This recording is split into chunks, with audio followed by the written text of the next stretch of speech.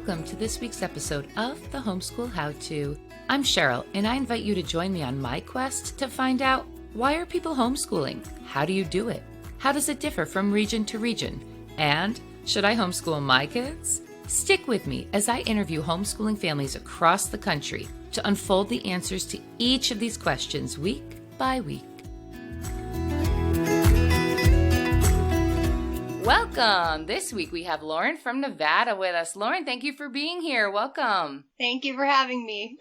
So why don't you start by telling us how many kids you have and what ages they are? I have 3 kids. My first 2 are boys. They're 10 and 9. And then I have a little girl who's 2. Oh, nice little age gap there. Are the older ones like protective of their little sister? Oh, yeah. I always say they're like having live-in nannies. It's great. Oh, that's adorable. So what got you into the realm of homeschooling? Well, I kind of wanted to ever since I was a kid. I wanted to be a teacher. I went to school to be a teacher, and after a year, I decided against that. And then all my friends around me, I was kind of jealous that they were homeschooling, but I was just too afraid to do it. And then COVID kicked in, and kind of forced me to do it, and I realized it's not nearly as hard or intimidating as I thought it would be, so I just never sent them back. So that's kind of funny that you had people around you that were already homeschooling, like friends. Usually we meet our homeschooling friends like from being a homeschooler, but you already had friends doing it. Is it popular in Nevada?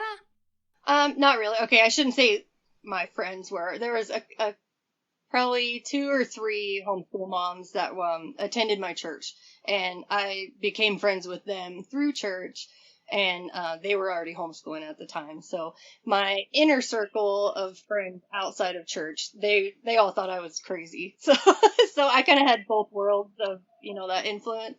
Yeah, the typical response I get is, oh, I couldn't spend that much time with my kids. They would drive me nuts. And I'm like, yeah, all right, like I get that. They do. They do. But we have to put in the time to work to make them human beings that don't drive people nuts. Because if they drive us nuts, they drive everybody else nuts too. So let's make human beings that just don't drive people nuts. Right. So that's been my goal. That's my kindergarten goal. How has it been going? How have your older 2 liked being homeschooled versus being in the public school? Well, they absolutely hate public school now and never want to go back. So, really, to build onto that, what really happened that was the major catalyst for me to say okay and take this seriously and really homeschool was like I said, I was already wanting to do it, but I was just kind of scared to. When my son was 5 years old and he was in kindergarten, I think. He came home and the school had this dojo app thing, and all the parents could see, they made a pie chart out of their behavior. And he was showing me, we were looking at the stupid app together, and it was showing in this pie chart that the majority of the time he had bad behavior or whatever. And he starts crying, unconsolably. And, I wasn't yelling at him or mad or anything. That just came out of nowhere, just seeing that. And I asked him, why are you crying exactly? What exactly are you feeling right now? And he said, dead serious, he looked at me and said, it makes me feel like I don't want to live anymore. And he was 5 years old. Oh my goodness. Yeah, and I was like, wow, I don't think they understand the magnitude of what these little stupid charts and stuff have on our kids, especially that young. They take it really seriously. Yeah, where he would have even heard that terminology to say I don't want to live anymore, because it's at 5. They had to have heard someone in class or, somewhere else say that to even think that. Yeah. Well, and, I think if he heard it from somebody else, I think it would have been more oh, I want to, kill myself. Those are kind of some key words. But I think he was literally that was the only way he could really describe what he felt. He just didn't want to live. So, yeah, that scared me. And, of course, I jumped online and yeah, I looked up the statistics. Does that ever actually happen? Do 5-year-olds do this? And, I guess it's rare, but yeah, it does happen, and it's terrifying. Did you just send him back after that, or did you have a talk with the teacher? Yeah, I talked to the teacher for sure, and of course she was, very concerned. So, I just told her, like, I'm not going to be making a big deal out of this. Like, he's 5, and he's not a bad kid. He wasn't sitting still enough, or he was getting distracted too much, or, all these little different things were adding up in the same category of just bad behavior. Yeah, so I didn't let him even look at it anymore. I think they went to school for like another month after that, because I put in my my notice at work. I worked in physical therapy. So I told my boss about that, and I said, I'll give you a month's heads up, and I'm going to leave, and I'm homeschooling the kids. So that was your deciding factor. Yeah. And then the COVID thing just ended up happening like a little bit, like maybe a month and a half or so after that. So it just kind of worked out perfectly.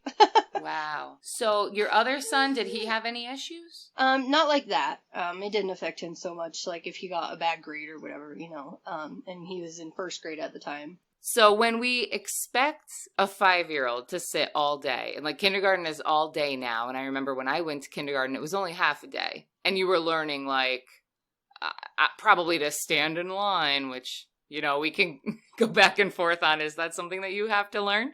But, the basics, and now they're like learning to read, and it's a whole like 6+ hour day, and before school and after school. And it's so sad that these kids are expected to like sit there. I'm sure the running around that they do let them do isn't even a fraction of what a 5-year-old needs. No, I actually volunteered in my first graders class like 2 days a week or something.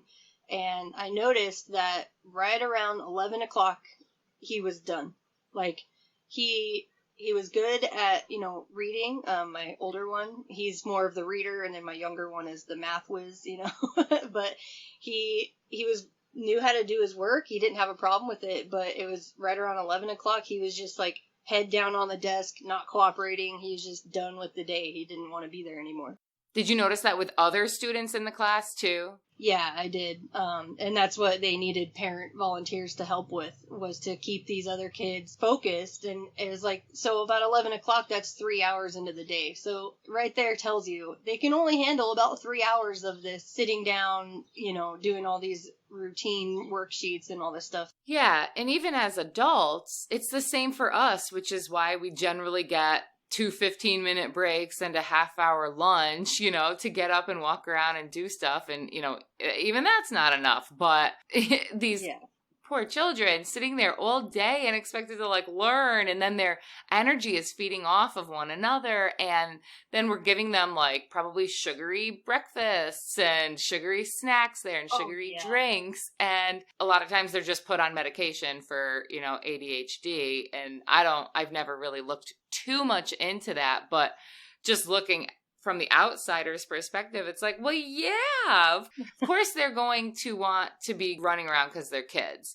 But then we're giving them sugar on top of it, and then telling them that there's something wrong with them when they can't sit still for 6+ hours. It is a little crazy. So how have your kids adjusted, and how did you adjust to working full-time to now being a homeschool mom? So real quick, I just wanted to touch on the ADHD thing, because I have a fun story. My youngest one, or not youngest anymore, my kindergartner at the time, his name is Stetson, and he was diagnosed with ADHD. My oldest one wasn't. I've been diagnosed with ADHD once I was an adult, and when they diagnosed him and then were offering me like what medication I could put him on, and I declined any medication, and they looked at me like I had 3 heads. Like, they're like, well, then what are you doing here? I said, I just want to know what I'm working with so that I can better understand how to understand him, because if he does have ADHD, then I need to change the way we do things at home. I don't need to medicate him. I just need to make it, have him learn stuff in shorter periods of time and let him go outside more or whatever. And because with me having really bad ADHD, I understand it, So they said to you, what are you doing here? Yeah, I mean, they were like, well, what are you doing here? Right yeah. there shows. And I just laughed. I said, thanks, that's all I needed.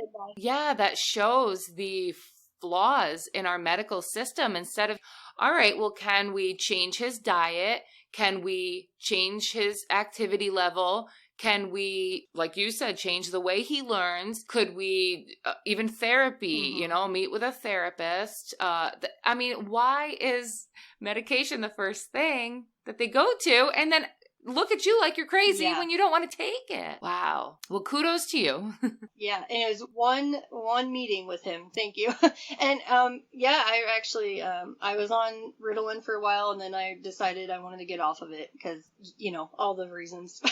So I got off of that, and then I'm also on antidepressants, and I do kind of think I'm one of those people that just really does need it, but I wanted to see if I could manage it myself and get off of it just a few weeks ago, and my psychiatrist was just fighting tooth and nail to talk me out of getting off of the antidepressants. And I was like, well, I mean, that just makes me want to get off of them more, but I couldn't believe how adamant she was about how safe and effective it was and how ridiculous it is that that I might not want to be on it and how harmless it is and all this, all the buzzwords. And I just, smiled and nodded and just, okay. Yeah. And I understand needing, it sucks though. To be on a medication, because I've talked a couple times before about how my father had very severe mental illness, and to the point where we couldn't bring money in the house because it had germs on it. We couldn't wear black in the house because it represented death. He had routes that he had to go to get everywhere. He couldn't go past cemeteries, churches, nursing homes, funeral homes. I literally grew up not knowing how the real way to get places because he couldn't go down divided highways or one-way streets. I did not know how, when I grew up and went with my friends in cars to go places, I'm like, this is how close this is? We would have to drive all over creation just to get places. But so when he finally got on Prozac in his 50s, he was a different person. And also he had quit drinking too. So I'm sure that had a lot to do with it. But the Prozac, I knew him as a different person after being sober and on an antidepressant. So I agree with you. I think there are people that definitely, there is a place for antidepressants, in lives, but also the pharmaceutical industry pushes the doctors and they push the people to just get on that first thing, as opposed to finding other ways, alternative natural ways to heal. And then if that doesn't work, at using that as an alternative to it, it is, every day I just discover more and more about the medical industry, and it feels like you're drowning, really. Yeah. It's hard, and it's hard to do it with kids. I almost feel like I wish I didn't know as much as I know about pharmaceutical because I want to get off of these so bad. I don't want to be dependent on some chemical for the rest of my life, and I just know they're making money off of me and victimizing so many people. And so at the same time, I do feel trapped because I've been on Zoloft for a few years, and I tried to get off of them, like I just told you, and I ended up having a major mental breakdown. That's actually why I haven't put out consistently new episodes on my podcast, because I just had a mental breakdown, and I took years of my research and just threw it in a trash bag, and I was just I was just giving up, and thank God my husband is amazing, and he knew I would regret that, and he went and dug it all out of the trash bag and put it back for me. But I mean, yeah, so I was like, okay, I guess I'm stuck on but I'm tapering off, and we'll see if I can handle it. And I worry that they say, these SSRIs make things worse, and I wonder if that's what they're talking about. Now that I've been on it, am I now stuck on it because I started taking them? Maybe I could have been fine managing the depression a natural way, but that was never an option. Well, yeah, you'll never know, so you can't beat yourself up about what you didn't know. You don't know what you don't know. They don't know either. And you can't even be mad at you can be mad at the doctors that prescribed it, but I've been with those doctors too. And yep, you take what you got to take. And I think that things are situational in our lives too.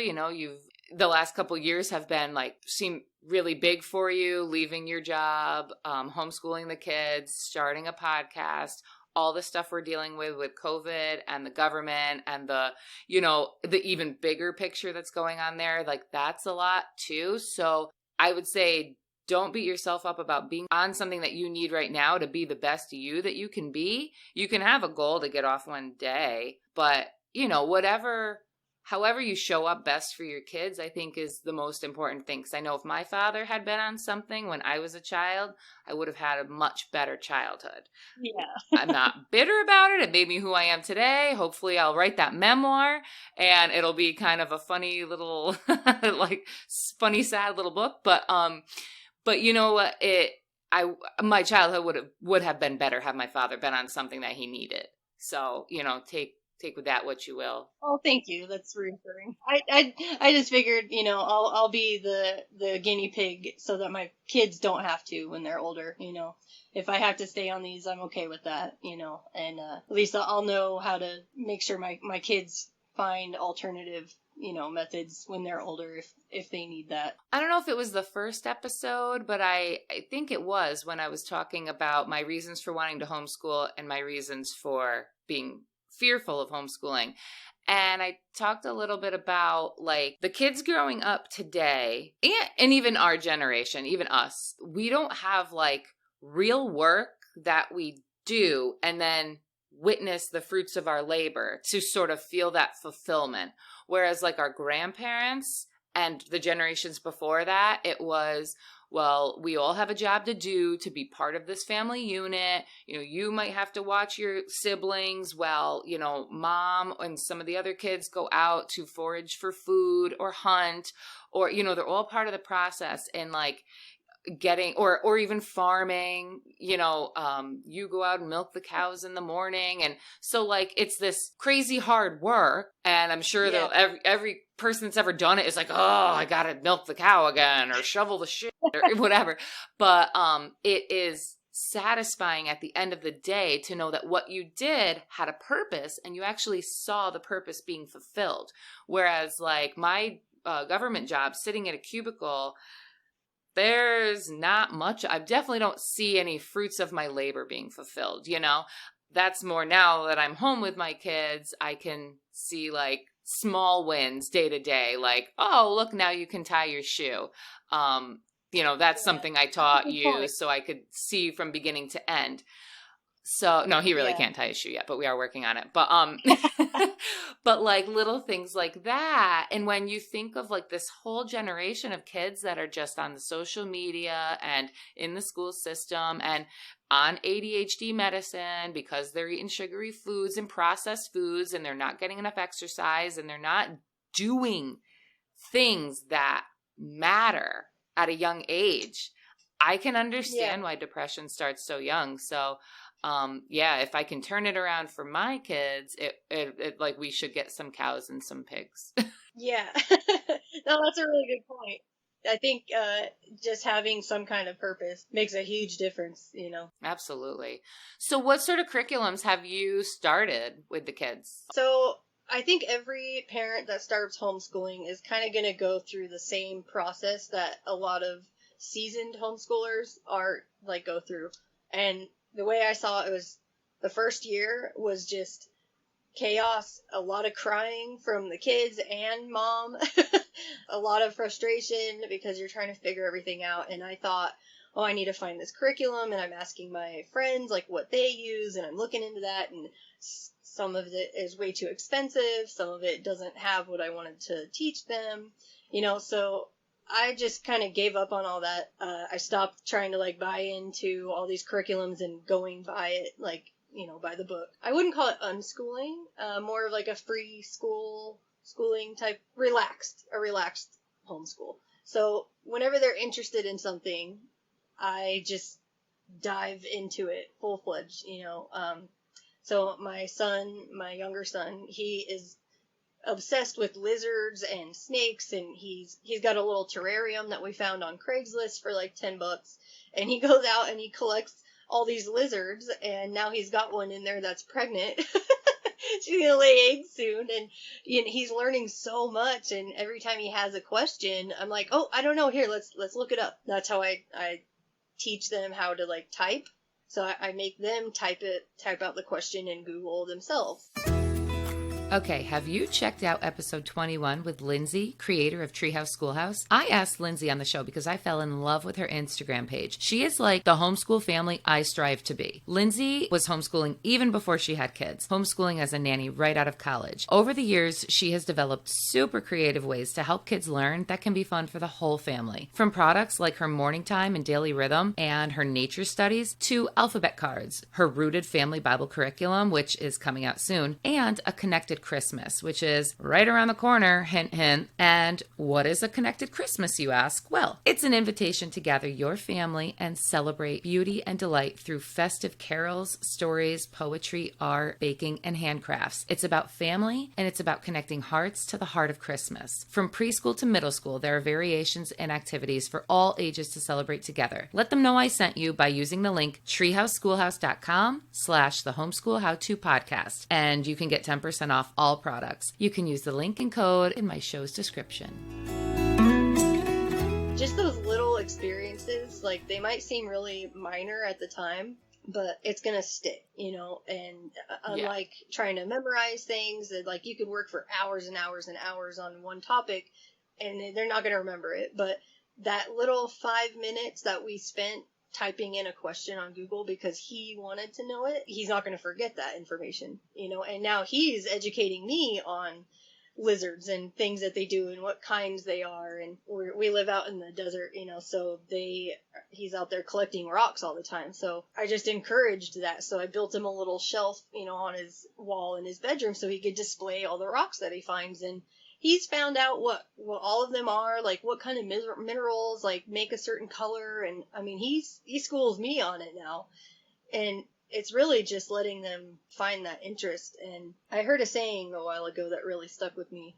School is the only place in your life where you have to be good in every subject. Because in real life, if you're good at something, that's what you excel at, that's what you keep practicing, and you want to master whatever you're naturally good at, and that's how you make good money, But in school, whatever you're not good at, that's what they want you to work on more. And so I really got away from that. I just decided, okay, if they're just like really bad at something and really not interested, and then I'm not going to push it on them, Let's focus on what you are good at and master it, Yeah, that's a really good view of school to have. Yeah, why should you have to be good at science and math and reading and writing and... In what field are you supposed to be good at all those things? Yeah, wow, I like that. Now, okay, it's hard to visualize the concept of that in like a true day-to-day thing because here's how I see that going in my household. Like, we have a day where we go outside and, oh, look, there are some robins building a nest. Oh, cool. Do you want to learn about the robins? Da, da, da, da. Well, my robins, like, died. I don't know if something attacked them or whatever, but all three of them were, like, laying down. They probably tried to fly too early. They're all dead. Oh. So how do I get him going on a new topic or something else? Because I can see if I don't have structure, like every day at 10 o'clock we open up our curriculum, I can see us falling into, all right, well, you work on your iPad. You can play a game on the iPad for a little bit because mommy's got to do the dishes and the laundry and the yada, yada, yada. You know what I mean? Like, I can see it going really good for about a week and then just kind of like falling into the slums. And then before we know it, it's June and we never did a single bit of learning. Like, how do you make sure that you have reading time every day? I mean, they're a little bit older, so do you force anything on them? So the only thing that, because I'm just, me personally, I'm horrible at trying to keep up with a routine. Like, I'm really hard on myself about it. And like you said, I'll be really good at like doing this new routine for like a week, and then it's just like, nah, but the only thing that I am pretty, like, I wouldn't say strict, but good about is the kids see me reading a lot. So first I just started off, like, they would be eating breakfast or, watching playing video games or something, and I would sit down on the couch and I would read my book for like 15 minutes. And they would see me do that every morning. And then I turned it into, okay, I want you guys to sit down and read with me. So go pick a book. And then, so they did. They went and picked a book. And at first I was like, I don't even care if they're like pretending to read and they're not actually reading it. They're going to sit with me on the couch and we're just going to read quietly, to ourselves. And then I would ask them like, okay, what'd you read about? So if they weren't able to explain it to me, then I'd be like, okay, well, I'll start your 15 minutes over again and then tell me what you read about. And then when you have siblings, it's really nice to like, okay, you read to him and then he can read to you. Like, or my older son would sit with my younger son and let my younger son read out loud. And if he got stuck on a word, then he would help him with it, little things like that. Have you ever heard of strewing? No. No? Okay. So the way, like, you asked about how do you get them interested in stuff, have you ever noticed your kids, they're not interested in something if you're trying to get them interested in it, but if you're sitting there playing with something that looks interesting, then they want everything to do with it. So what I do is I just do that kind of stuff on purpose, or just, like, I'll buy, like, a new, I don't know, thing and just lay it out. Like, I won't even say anything about it. I just lay it out on the table or I'll put it on the couch somewhere, and they're like, oh, this is new. What is that? It's interesting. And then they get themselves into it and then ask questions, and then I can, like, teach them about it. And they think that they started it, So that's been a really helpful method. That's brilliant. Yeah. I'm going to do that with, like, a dead animal, just so that they'll get into, like, wanting to butcher animals for Yeah. me. Mom, why is this carcass sitting on our dining room table? Yeah. You could even do that with, like, educational videos or something. Like, I would just something that, I wanted them to, like, know more about. I would just put it on YouTube on my computer, and I just wouldn't even, like, pay any attention to it. And then they're just like, oh, what is that? And start paying attention to it, and they have no idea that, I did that on purpose. But And that's brilliant. And that will work too, because it's so funny. My son, he wants to like go on YouTube on his iPad. And I'm like, no, you're not going on YouTube, like, just to sit and watch videos of kids playing. Yeah. But I was trying to get him some apps where they do, like, read alouds, and, so they're reading a book or a story, and a couple of people that I've had on the podcast said that is just like you reading to them. I mean, obviously it's void of the closeness, the bond that you're making, but it's getting their mind thinking versus, like, staring at a screen and watching a movie or a video. So I was like, hey, there's a podcast where they'll tell you a story. Do you want to, like, play it in the car at first? And so now he's like, Mom, can I put my podcast on? And, like, he had a friend over the other day, and he's like, you want to listen to my podcast? Because he hears me talk about my podcast. Exactly. So it's so funny. I'm like, well, why are you doing that with a friend over? And the two of them are sitting there listening to this story being told, and then the friend kept wanting to do it and listen to it, and it was so funny. I like that you brought that up, because when you asked, like, what curriculum I use, basically I just use all the free resources that there are out there. So, like, you and the podcast, like, yeah, my kids will read or listen to, like, read alouds, like you said.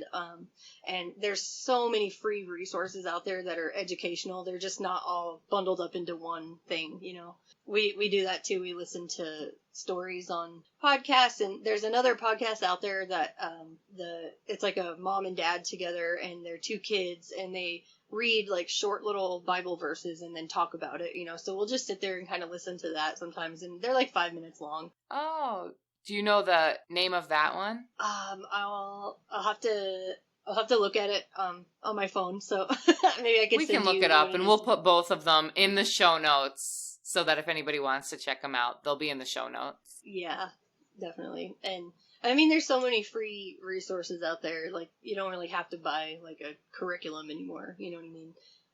And like they say, your kids learn more by you being an example. So even if you're pretending to be that example that they need, that still works too. like I said, with just getting them interested in something without them knowing that you actually purposely did that. Like, that's me pretending Yeah. to be the example I want them to follow, if that makes sense. And I think this big misconception is, and I thought this and still kind of have an inkling in my mind that it's this way, but that kids have to know a certain amount of things by the end of each grade. And they need to know a specific thing by the end of 12th grade in order to get into college. And I'm finding out that is not true. That is not the case.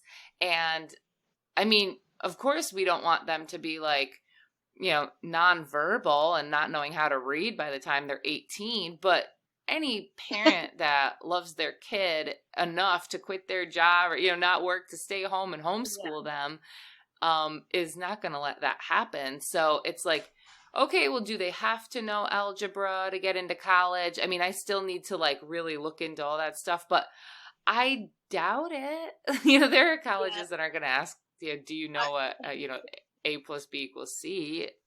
Yeah. I mean, I'd say, they started actually learning a lot more when I finally was able to let go of that, because I thought the same thing too, and I let go of the worry. I let go of controlling what they know and when they know it, because, it's true. They're going to learn no matter what. And, kids don't learn to speak by showing them words and trying to get them to practice it. They learn how to speak when you're talking to them. I have a 2-year-old right now, and I never taught her how to talk. We talk to her all the time. And so she starts emulating that. And, with my kids, if they are playing a video game and they have to read the things at the bottom to understand the storyline, I don't read it for them. If they need help on a word, if they try it, then I'll tell them, or if I'm texting somebody, sometimes they'll ask me, oh, can I do it? So I'm like, yeah, sure. So I tell them what to say and they text for me, because I know they're learning how to spell while they're texting for me. That autocorrect will get them. Oh yeah, I always tell them, don't use the autocorrect. But even if they see that autocorrect word come up and they are looking at it and then typing it in as they're looking at it, they're still retaining that. There was one gentleman, I think it was a guy, who put on the Apple Podcast review, he said, I just have to say that in your episode 12 with Chris, you guys said nobody uses the Pythagorean theorem. I think that's the one that he was referencing. He goes, I actually do use that in my job. I never thought I would. But you know what, sir? I think they would have taught you the Pythagorean theorem if you didn't know it, or you could have asked Siri. But no, exactly. But that was funny. I laughed when I read that. It was a nice review. So if anybody else wants to leave reviews on Apple Podcasts, please feel free. We got all 5 stars and then 1 1-star review. And I'm pretty sure that guy works for a pharmaceutical company. So oh, yeah. That means you're doing good, though. So, yeah, please go on. Leave reviews. So do you see yourself homeschooling for the long haul? Oh, yeah, absolutely. I don't... kind of for selfish reasons, but also because it is just so much better. And I love being there to, see the light bulb go off. I want to witness that, But I also I hate the whole school schedule and having to work around the school schedule to do anything. And also now that I have a 2-year-old, it's a lot easier to have my older kids at home to help me. So it's half selfish and half, for them. They don't want to go back either. So, and now, do they get to do sports still, or do you have any groups or activities that you do? You're in the desert, so what are there people around? How do your kids have friends and play? So we're pretty lucky that we live in a really small town. There's maybe up to 4,000 people now in our town. But they have so many friends. We've got a kid that lives next door to us that's the same age, and they have a 2-year-old, so our little kids play. There's a kid across the street that's their age. They I had them in karate for a while, but they just recently wanted to stop doing that because now they want to try football, and so they're always outside. They're riding their bikes everywhere, and we have a dirt road in our neighborhood, so there's very little traffic, so they're just out there in the desert all day finding, with their friends, and they've all got dirt bikes. And so as soon as one of the kids in the neighborhood is out there with his dirt bike, all the other kids hear that and jump on their dirt bikes, and they all go out there together. And as long as, they have friends, they definitely socialize. And yeah, and with having a boy, I am like, I get a very anxious, nervous person. Like, you're going to get hurt. Don't do that. You're going to get hurt. And, I've seen the memes that are like, you have to let them do risky play. It's like my son, he wants to ride his four-wheeler, which I think, it says on it, you're supposed to do it 12 and above. Age 12. He's 4. He's turning 5 soon, but my husband will let him ride in like the low gear in the woods behind our house, but and we'll be riding behind him, and which terrifies me. But as you're talking about, like, the boys ride on the dirt bikes, and even at their ages, like, it's still dangerous, it's still terrifying. It's not homeschool related, but how do you get over this anxiety of, like, you got to have a little risky play, because that's where they learn their boundaries and what's safe and what's not. And they're supposed to, like, get a little hurt. And it's a hard little tightrope to navigate. Yeah, it is a balance, definitely. So yeah, we make sure they have all their gear on, their protective gear and stuff. And I've actually shown them a couple accidents, what it looks like when you get in a dirt bike accident. So don't be dumb on your dirt bike, and don't push yourself past what you're comfortable with. And I also, we don't let them go out alone. Like, they're always with some friends, so that if anything happens, they can come tell us. But I also, I make them take this little backpack, and so they got water in there and tiny little first aid kits, and I've taught them how to use them in case they need to patch themselves up until they get home. Are you looking for a comprehensive homeschooling solution? It can be so confusing out there, especially when you're just getting started. My Homeschool Village has got you covered.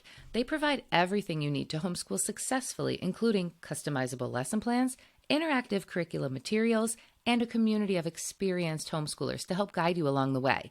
Check out my episode with Becky, co-creator of My Homeschool Village. The episode is called Why It Takes a Village, Learn the Secrets to Homeschooling from a Mom Who Started 20 Years Ago. And that was aired on May 5th, 2023. With their easy-to-use platform, you'll have access to a wealth of resources and support to ensure your homeschooling journey is a success.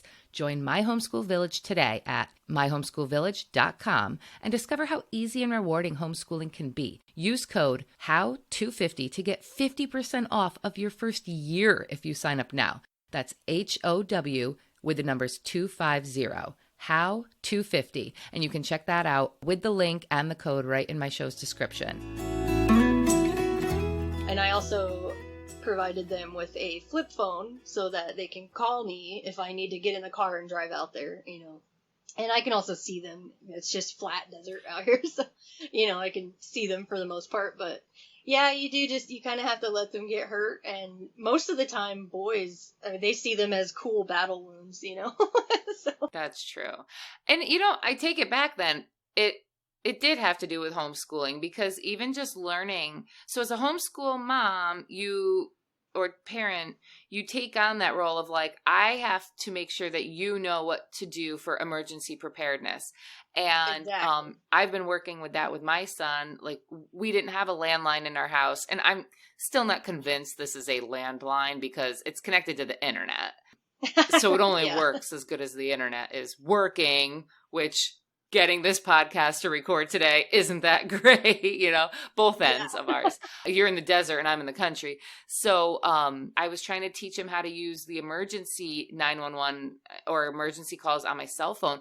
And it's really not intuitive, especially for, 4-year-old, 5-year-old to navigate, to call if I were to get hurt, pass out, you can't wake me up or something like that. So we got the phone, and then I have it dialing. There's 3 pictures you can put. So I did like an ambulance, police car for one, and then my husband for the other picture, and his grandfather for the other picture. So in case of emergency, you call these people, which I'm like already kind of like, oh my gosh, someone is going to get to that 911 button and just start playing around with it. But I'm trying to tell them, that we can't. Can't call 911 unless we really need them here because you're taking them away from other people that do need them. But I think when we send our kids to school, we just assume teachers will take on that role as well, and tell them little things to do in case of emergency because, they take care of the fire drill thing and they have firemen come in and tell them, what to do in their house in case of a fire. But even telling a kid once or twice, that's not enough. Like we should be going over this yearly. What do we do if our house catches on fire? What do we do if mom gets hurt and you can't wake her up? What do we do if there's a car accident? What do we do if a stranger comes up to you? All these little things that we don't even really think about, or especially when we send our kid to school, we just kind of take for granted that they are providing that part of the education. Yeah. And I think they think parents provide that. There seems to be a lot of things that I'm questioning now that, when I bring it up to my friends, they're like, well, parents are supposed to do that. And then, but as a parent, I'm like, well, what am I paying taxes for? Why doesn't the teacher do that? So it's kind of interesting as I unfold it and looking at myself now as like a homeschool mom, since we are planning on doing that for kindergarten this fall. It's like, oh, I have to be the one to think of all these little things. And, just and pool safety, that's a huge one. Like being around a pool, and whether it's learning to swim or just there's a pool at your cousin's house, and you might be going to your cousin's for the day. Or have you told your child not to go near a pool? Or if he does, it's got to be with an adult, and, all those little things. Yeah, I would definitely say, take some of the pressure off and just handle it as it comes along, and I just think talking to our kids all the time about even the hard things that are scary that we think we have to like protect our kids from hearing, scary things. No, tell them about that. I listen to a lot of true crime stuff on my free time. And so I tell my kids all the time, like I've been teaching them actually for a few years now, like what exactly it looks like to be manipulated. Like what kind of things to hear people saying and teaching them that I don't care if it's a pastor at your church or your teacher or a police officer, if they're saying things that just don't feel right to you, then don't trust them. Like even they're all just human beings, and any human being can have, bad intentions. And I really am big on teaching kids about how to recognize manipulation so that they can't be manipulated. Talking to our kids about the real world is a huge, huge part of the solution. And I put them in karate and stuff. Yes. Martial arts, wrestling. Yeah, absolutely. I like that you used the word manipulation, because I think right now what's being overused is propaganda, and I don't feel that that word carries the weight that it needs to. When we think about like Nazi Germany and we call it propaganda, like I think in the back of my mind, propaganda is like a commercial ad for, oh, smoke cigarettes, they're cool. That's propaganda. It's manipulation is what it is, because like manipulation has that bad connotation to it, and that's exactly what it is. What's going on, with the COVID situation, that's manipulation. With Nazi Germany, that was manipulation, and like everything in between. We were just reading, this is like, I am an affiliate for the Tuttle Twins, but I was reading oh, I love Tuttle Twins. The one book with my son today, and I had purchased these books before I became an affiliate. So I was reading Education Vacation with my son this morning, and they were talking about going to, it was a homeschool book actually, and they were going to Italy, and they went to where the gladiators fought in the book, and they talked about how 500,000 people lost their lives at the Colosseum fighting to the death. And I didn't, like you said, I kind of tell my son, like I said, see, this is the rulers at the time, which is like our government. Yeah. The same as our government would be their rulers, were making people do this to each other.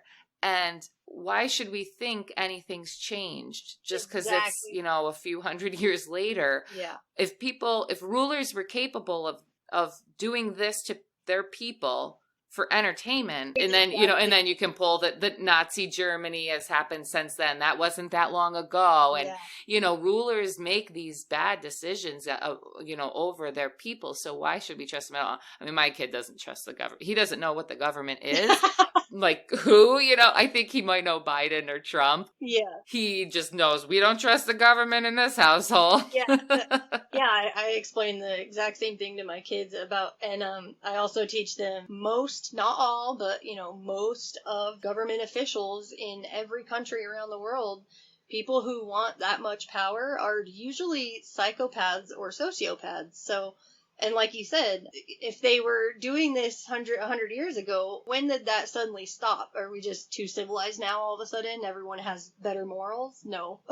If it was happening then, it's still going on today. They Right. just do it differently, or they found, they've gotten better at hiding it. I mean, in the days of the gladiators, though, people just sat there and they said they gave them free food just to keep them there and entertained. And they watched people fight each other and fight animals to the death. Yeah. I mean, that's disgusting when you think about it. Like, what the hell? I think it's really important. And then we're like, you question vaccines? Well, yeah. Yeah. Do you know how much money the pharmaceutical industry is making off of these and how little they've tested any of them? Like, it's crazy. But I mean, my son is vaccinated. I kind of like woke up to the stuff later on, but that'll probably get me banned off some channel. I 100% agree. I taught my kids, I've been trying to instill the idea in them that if something is free, it's because you're the product. So don't be somebody else's product. I think that's a huge concept that we need to teach our kids. Oh, yeah. Siri. Yeah. Oh, we don't have any of that smart stuff in our house. I have a smartphone and that's it. Like, we wanted to get a new, like, bigger TV, and I'm like, well, we're gonna have to find a used one because I ain't buying a smart TV.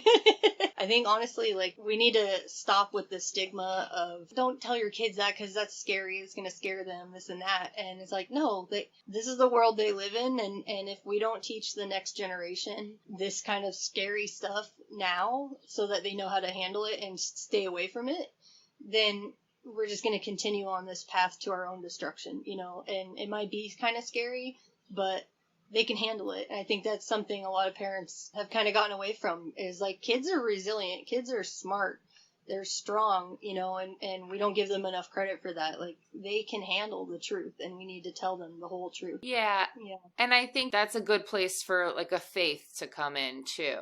Like, things are scary out there, but let's see, where our faith is and pray on that and give your worries to a higher power. That's been kind of like a nice comfort and a nice place to have that rest in your life and bring it in with your kids and that sort of thing. Yeah, definitely. Lauren, while I have you here, do you want to tell people about your podcast? So I'm kind of in between changing directions slightly with my podcast. So it's called The Thought Garden, and basically just because I couldn't decide on what to make it specifically about because there's so many different topics. So it's honestly just a mixture of everything and just like a garden, which is usually a whole bunch of different things. Like, it's a big mess, but it looks beautiful.